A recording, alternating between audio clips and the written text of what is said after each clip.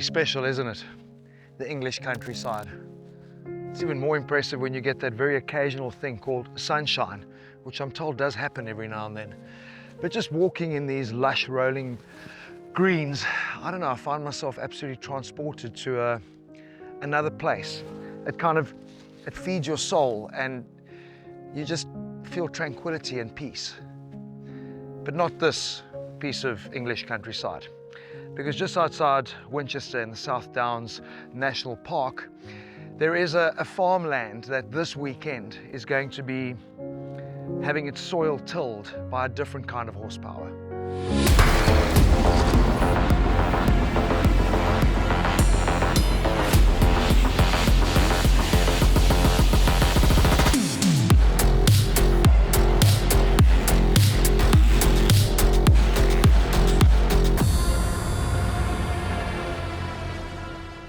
Welcome to the absolute madness that is a Matterley Basin on a Motocross of Nations racing weekend. So this iconic track was designed back in 2006 by J.D. Hamilton, and it is a firm favourite with the fans because of the natural amphitheater that's created by the lie of the land. You've got all the undulations, the ups and downs, but it is precisely that the track was designed, taking in the natural ground effects that make it so popular with the riders as well. Layout, it's perfect. For the fans, for the public, it's perfect because they can see almost a full track, so that's pretty cool. The track is really sticky, and it's not something that you get very often, especially not in training. So you can't have a bike that's going to work perfectly when you come here because you've never been on something like this. So that makes it much harder. Motocross des Nations, or the Motocross of Nations as it's now known, has been around since 1947, and I guess the best way to describe it is it's essentially the Olympic Games for motocross. So each country sends their 3 best riders who get to duke it out for top honours. This year there are 36 nations doing battle in the UK, and Team South Africa has come with a really strong rider lineup. It is the only time we ever race together as a country. So it's nice because we're together, we have the vibe, you've got the country support behind you, you've got the whole community in South Africa behind you, so it really is awesome. The 3 that are on the team now have got a lot of international experience, so the boys are ready to go for a top 10. Best event of the year for all of us to come together, especially in the UK. There's so many South Africans here this year, it's probably the best one. It's been the best team atmosphere and the best pit environment this year so far of all of them that I've been to. So it's a really big privilege and honour to represent South Africa. Yesterday I was walking around with a flag on my back and a big South African hat, and we are known now as Team South Africa, not Camden McLellan. Dream come true to come here and watch South Africa race against the rest of the world, yeah, for sure. So we're here supporting all the boys, especially Cameron, but it's just awesome to have the flag up there amongst all the top boys. Really excited. It's like a dream come true. I came here in 2006. I was 9 years old. My parents brought me to come watch this race at the same track. So it's been a dream of mine since I was that age. That's all I can remember is what I want to race this race and at this track. So to do it now, and yeah, it's really special and looking forward to it. All 3 of our riders are on different bikes, different brands, different sponsors, and they've got their own setup. So if they like a scoop tyre for the muddy conditions, it's their call. If they want to race with a moose tyre, it's their call. And they have plenty of support out there, but none more passionate than these 2 guys. So over the past 3 years, we partnered with Monster Energy to create the Triple Threat online dirt bike competition, and the winners of that competition are here with us this weekend, enjoying a VIP experience at the race and getting to experience what this is all about. Put up a video, no editing, put up yourself riding your dirt bike, having fun, and you went into the draw to win this amazing trip. I didn't know even about the competition at the time, so he gives me a call and he says, well, is your visa valid? I said, yeah, my visa's valid. So he says, okay, we're going to Motocross of Nations. It's been a bucket list item of mine for many years. I've been racing for, well, longer than most of the viewership has been alive, I think, so always fortunate. With any motocross, there's a lot of passion involved. Everyone's here with pride for their country and the best goes head to head. So I mean, you can't get much better than that. Doing something like this as Monster Energy is incredible. I mean, they really look after us being here and give the prize winners the opportunity that no one else can get. I mean, you know, sitting in the VIP areas, meeting legends of the sport around the event, getting a chance to talk to them and experience what their life has been like in motocross, and sitting here and watching the racing itself, you know. So I think the prize is just incredible. Most of these guys, you just read about them in magazines, obviously your online video and your social media following. And what they can do on motorcycles is completely ridiculous. I mean, I wish I could do half of the things that they do. And I just want to see the best in the world do what they do. Obviously, I spend a lot of time with motor racing in terms of four wheels, and compounds play such a massive thing, and how the manufacturer works with the riders and the drivers and the cars. It's no different with motocross. So we're having a look at a whole bunch of different tires here, where literally they've got special compounds and tires for Kawasaki, Husqvarna, KTM. So it's not just the manufacturers that want specific needs for the tires, but also the riders. Yes, the riders, they make the test, and every rider is different, you know. You get different types of Dunlop tires, obviously, depending on the terrain that we're riding. This right now, it's very sticky, but it's kind of a hard base, so you want a hard packed tire.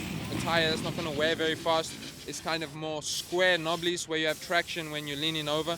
And then a scoop, it kind of scoops the sand more. It's a little bit longer in diameter, so the scoop we usually run on a softer type of track, but I actually ran it this morning because it was very soft and sticky, so you can get away with it. Our Triumph test rider, he's also been testing Dunlop tires, so he's kind of making a tire and he's riding a Triumph, so we kind of have a tire that really suits the bike, so that's also really cool. How many tires will you put on rims on a weekend like this? So I put here 400 tires. Gate pick for qualifying, it's lucky draw. We got number 19, so the guys will go to the line in 19th position. Not ideal, but it's lucky draw. We just work with that. The result of the qualifying race will then put us in whatever position we land up for the actual gate drops where the points count.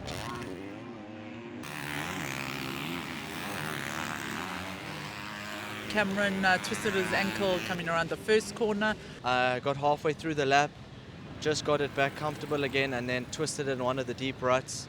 Nothing broken, which is good news, really good. He has seen a physio. He's got a little bone bruising on the ankle bone, but it's strapped. He's got to stay off his foot today for the rest of the day and this evening, and we'll assess again in the morning, but as it stands, positive that he'll race tomorrow. So look, the French may very well be the defending champions after their victory on home soil in 2023, but it's the Americans that have been the most dominant and successful team at the Motocross of Nations with 23 wins. And let's not forget that 13-year in a row winning streak from 81 to 93.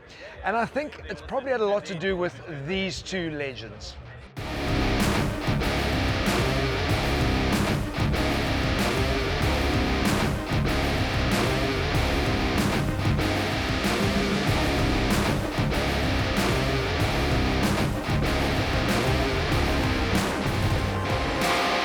You say it's a lacquer to be here.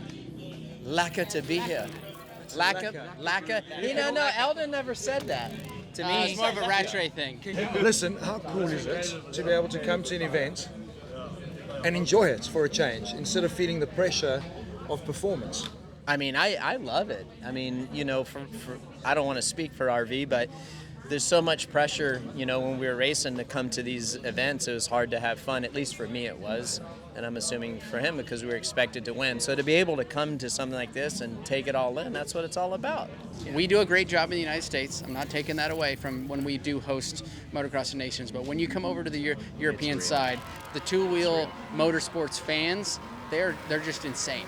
I like what RV says. Like he's exactly right. To really get a true feel of what Motocross of Nations is and what that event is, you got to go to one in Europe. What I do think is where we could do a better job is bringing our kids up. You know, the Junior World Cup kids and the kids that are coming up, and putting a priority on coming over here to race Motocross of Nations, or if it's in the States, making it a priority to make, you know, to put that American flag up on top, hopefully. Yeah, 100%. Like, I remember my rookie year, I didn't get picked to race the Motocross of Nations, and I won the Outdoor Motocross Championship. I remember one of my goals were, dude, I just want to be picked to race the Motocross of Nations.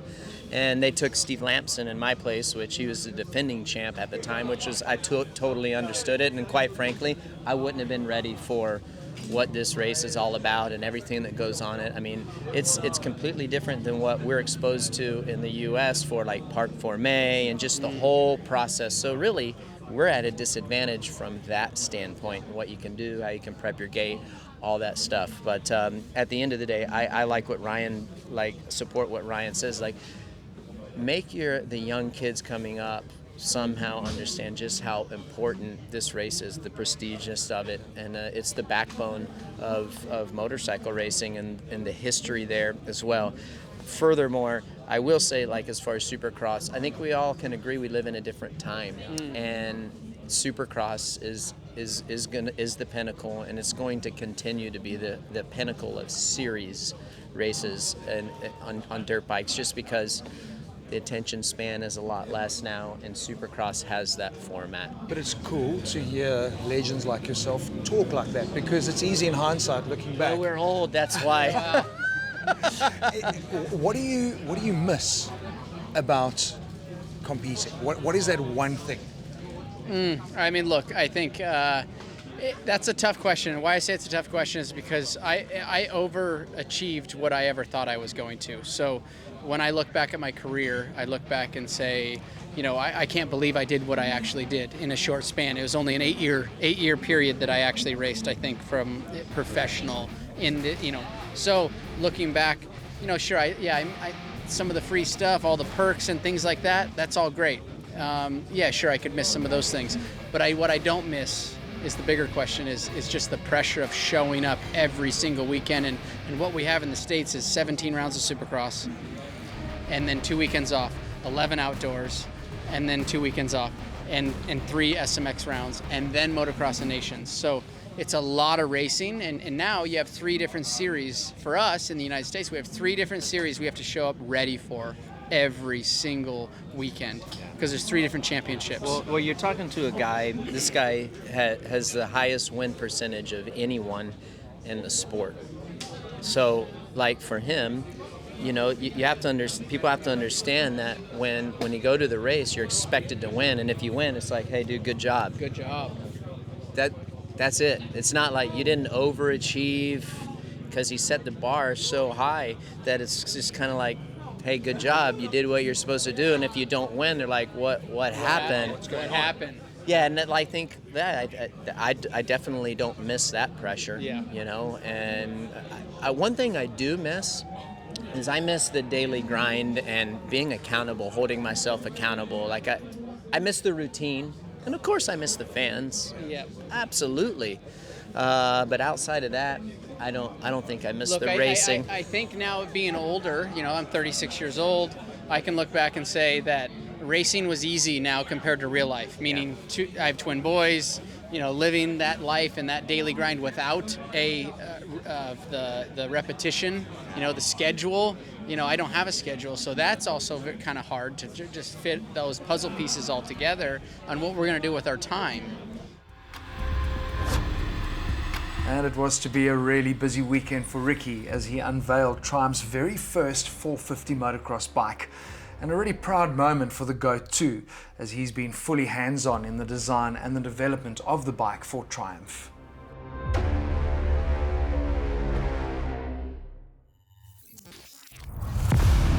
Race day, the world's best MX riders. 3 30-minute motos in just 3 hours. Strap in, it's going to be intense.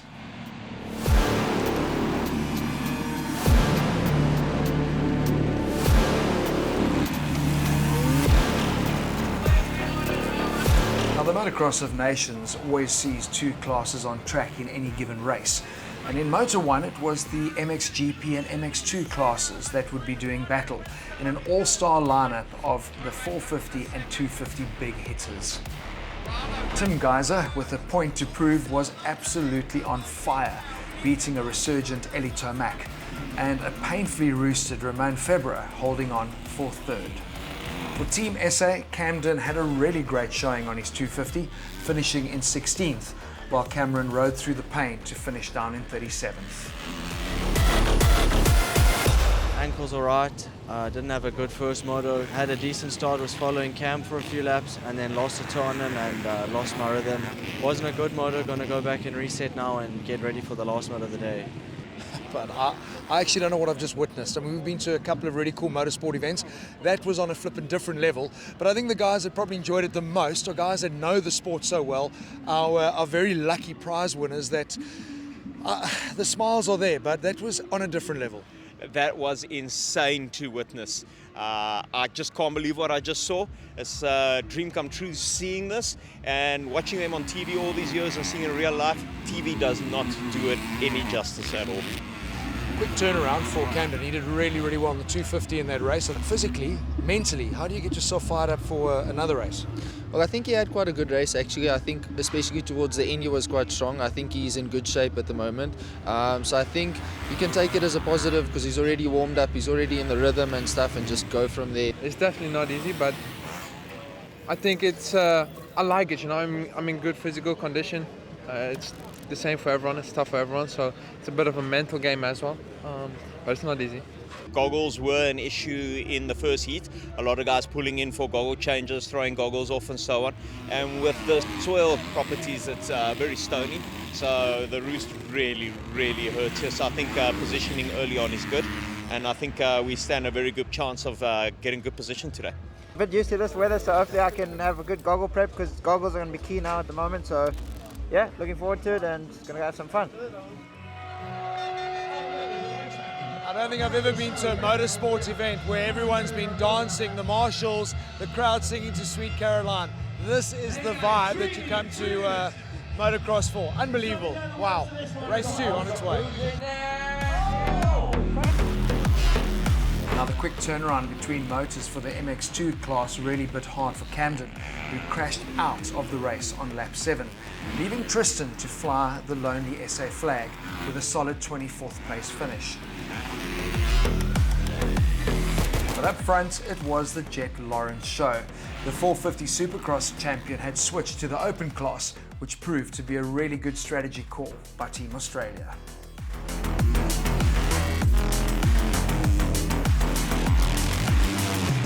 Yeah, Tristan and I have to deliver now on this one, so yeah, just got to put our heads down and push the whole motor and see how we end up. Now with each team allowed a drop score, it all came down to this, the final motor. 5 countries separated by just 4 points, and all their riders on the 450s. With probably one of the most stacked gates to date, fans were treated to an absolutely incredible race that literally went down to the second last corner.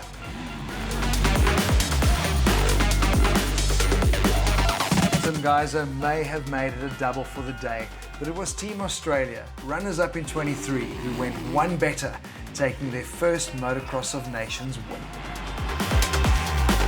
With such a strong rider lineup, Team SA were disappointed with their 18th place finish. Yes, not the result we were after, but just happy to be here and be able to be a part of the vibe and all the action is good. It's always nice to finish it on a better result, but yeah, just lovely to be around this atmosphere. No, you can't put it into words, like you just have to experience it, so definitely something you can recommend to any motorsports enthusiast. They don't have to be motorcycle enthusiasts, they're going to have a good time for sure. This crowd is ridiculous. I've never seen anything like this. I've been to Springbok games, I've been to Sevens games, I've been to a lot of big events, and this is by far the craziest spectacle I've ever witnessed. MX life, baby!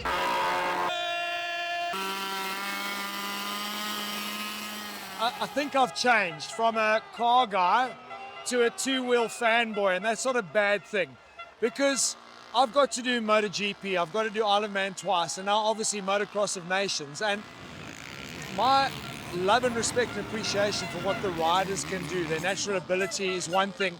I think there's also a level of craziness to be able to do what they do, but what makes this sport so amazing is the level of access for the fan and the fan. I mean, they are crazy in terms of showing their love and passion for the sport. It was Ricky Carmichael that said to us, when you come to Europe, there's history, there's heritage, and this is exactly what he was talking about. So for me, my first visit to the Motocross of Nations, it is a monster event. Put it on your bucket list. You have to do this.